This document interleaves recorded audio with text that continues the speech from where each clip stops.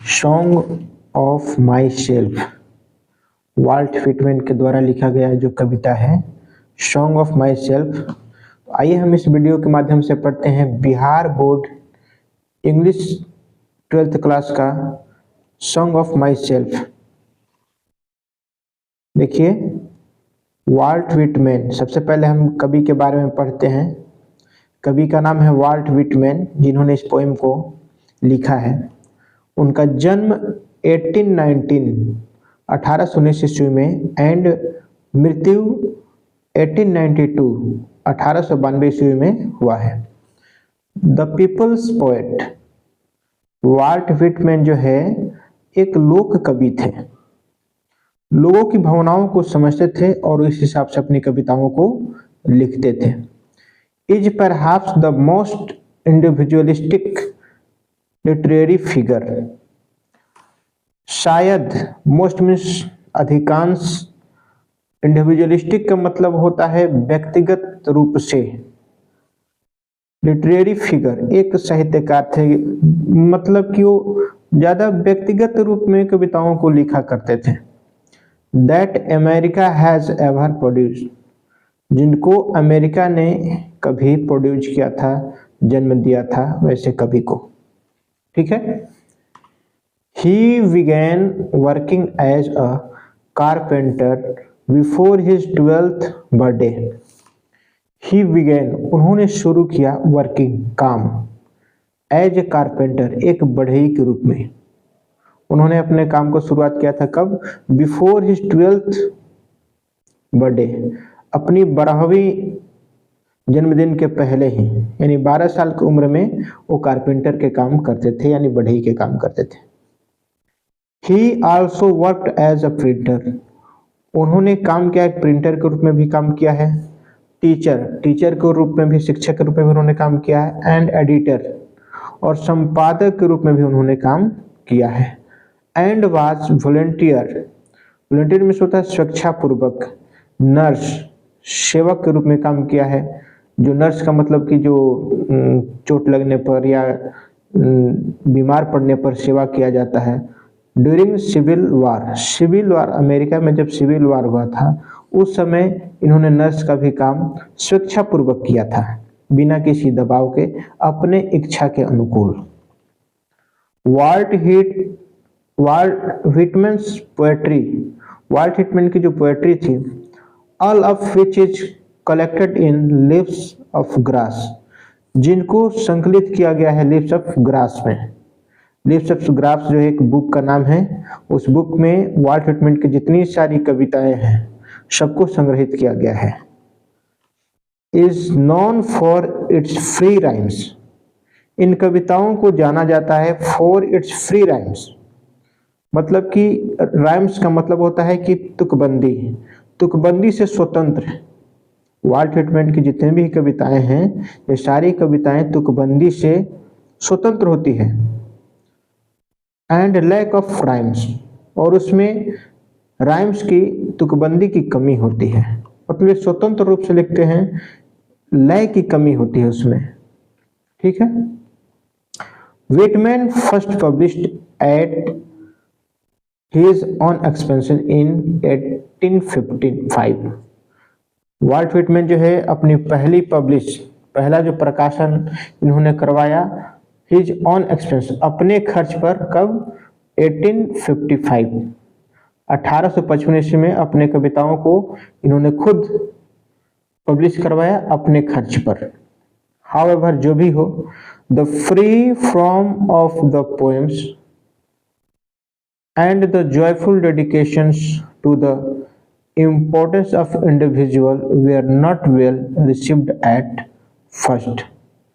First means प्रथम में, शुरुआती दौर में जो इनकी कविताएं हैं, ठीक है, जो कि एक तो जिसमें राइम्स नहीं था, राइम से फ्री थी कविताएं।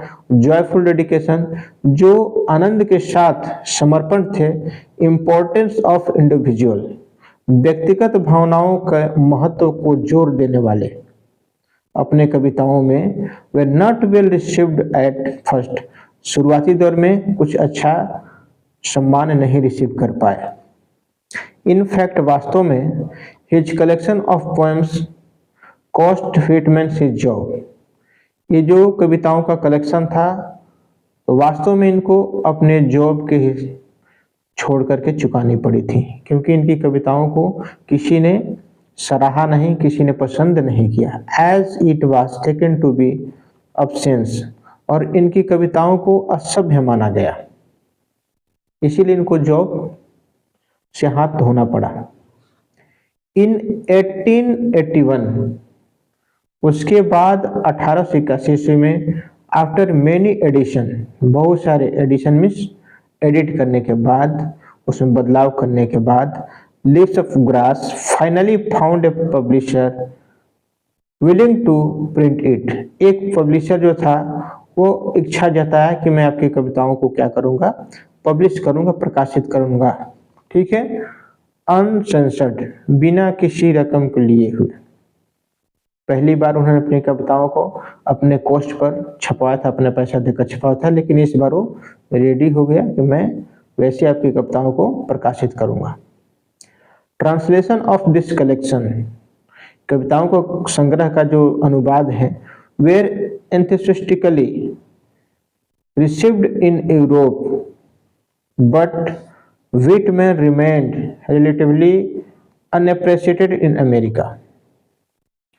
इनकी कविताओं का जो संग्रह था उसका अनुवाद जो है उत्साहपूर्वक, enthusiastically में उत्साहपूर्वक होता है, रिसीव इन यूरोप, यूरोप में उसको सम्मान मिला, but Whitman remained relatively unappreciated in America, America में उनको वो सम्मान नहीं मिला, जो कि वाल्ट व्हिटमैन खुद अमेरिका के ही जन्मे थे, अमेरिका के ही रहने वाले थे।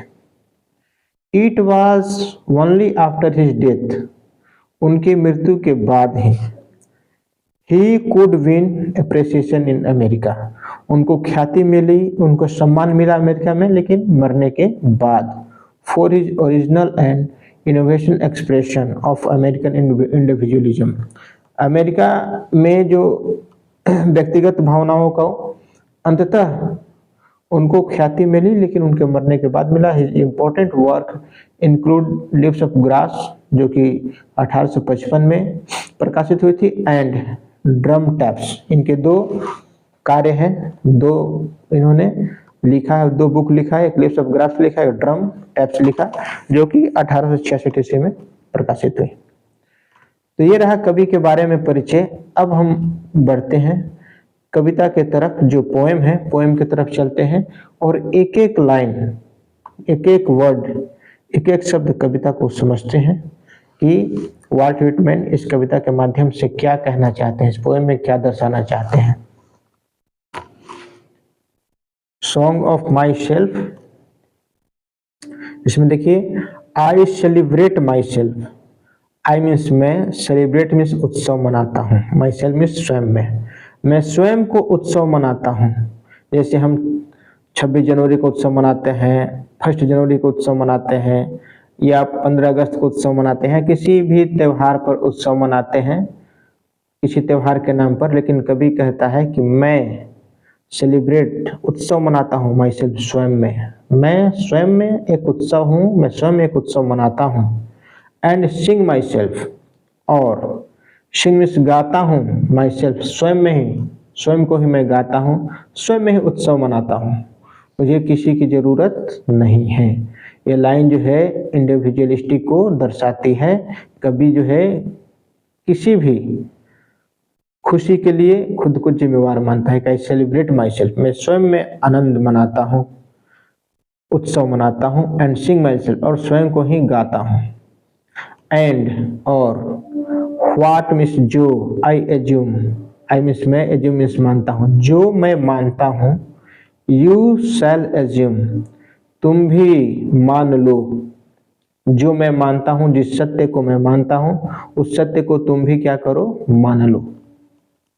फॉर मीन्स होता है यहाँ पर क्योंकि, यहाँ पर फॉर का हिंदी हो जाएगा क्योंकि। एवरी एटम, प्रत्येक अणु, बिलोंगिंग टू मी, प्रत्येक अणु, बिलोंग जो मुझसे जुड़ी हुई है, एज गुड, वैसे ही बिलोंग टू यू, आपसे भी जुड़ी हुई है। जो अणु मेरे अंदर है वो जिन अणुओं के एकत्रित होने से मेरे शरीर का संरचना हुआ है, उसी अणुओं से आपका भी शरीर बना हुआ है। तो जो मैं मानता हूं वो बात आप भी मान लो। ठीक है, यहां पर है आई लव, आई मीन्स मैं, लव मीन्स भ्रमण करता हूं, एंड इनवाइट आमंत्रित करता हूं, माई सोल अपनी आत्मा को।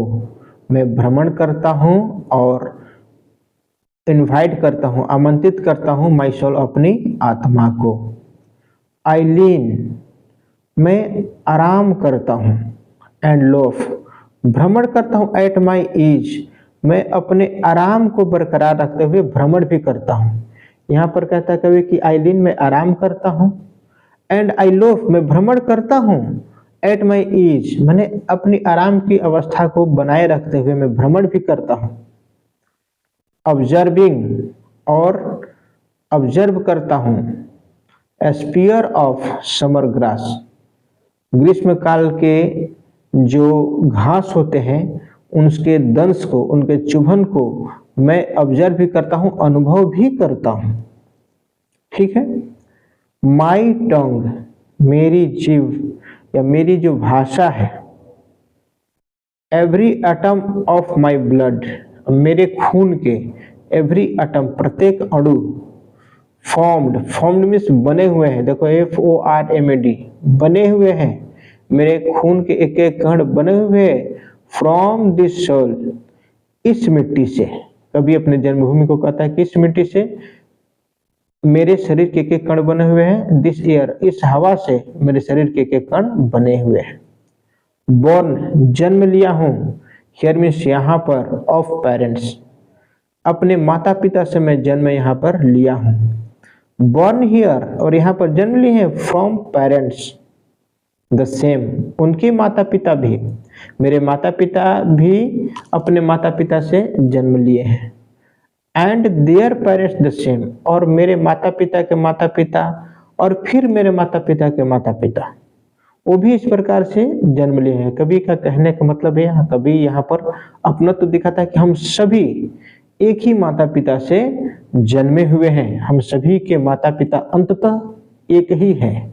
इस तरीके से हम स्टेप टू स्टेप पीछे चलते जाएं, अपने माता पिता के माता पिता, फिर उनके माता पिता, फिर उनके माता पिता, तो हम सब क्या हो जाएंगे, एक हो जाएंगे। कवि का कहने का मतलब ये है कि हम एक ही अणु से बने हैं, हम एक ही इंसान से बने हैं, अपने माता पिता हमारे पूर्वज एक ही हैं। I now 37 years old, I means मैं, नाउ मीन्स अब, 37 years 37 साल का हो गया हूँ। इन परफेक्ट हेल्थ बिगिन और यहाँ से पूर्ण स्वास्थ्य जो है बिगिन शुरू होता है। 37 साल की उम्र में पूर्ण स्वास्थ्य जो है क्या होता है, शुरू होता है। होपिंग आशा करता हूँ, टू सीज नहीं रुकेगा, टू सीज में शुरू करना, नट मिस नहीं रुकेगा, टिल डेथ ये जो स्वस्थ है और मृत्यु तक ऐसे ही कायम रहेगा, अभी बीच में रुकेगा नहीं, मैं आशा करता हूँ, कभी कहता है। ठीक है, आते हैं अगले पंक्ति पर। क्रिट्स, क्रिट्स का मतलब होता है कि धर्म से रिलेटेड जो हमारा विचार है। क्रिट्स का मतलब होता है कि रिलीजियस थॉट्स, जो हमारे धार्मिक विचार, धार्मिक सोच, धार्मिक मान्यताएं।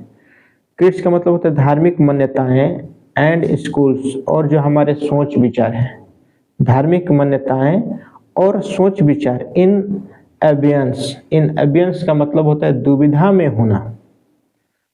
धार्मिक विचार हमें कहता है कुछ और करने को और जो हमारी सोच है, विचार है पर्सनल, वो कुछ और कहने का था। इस तरीके से हम क्या करते हैं, इन एबियंस दुविधा में जीते हैं।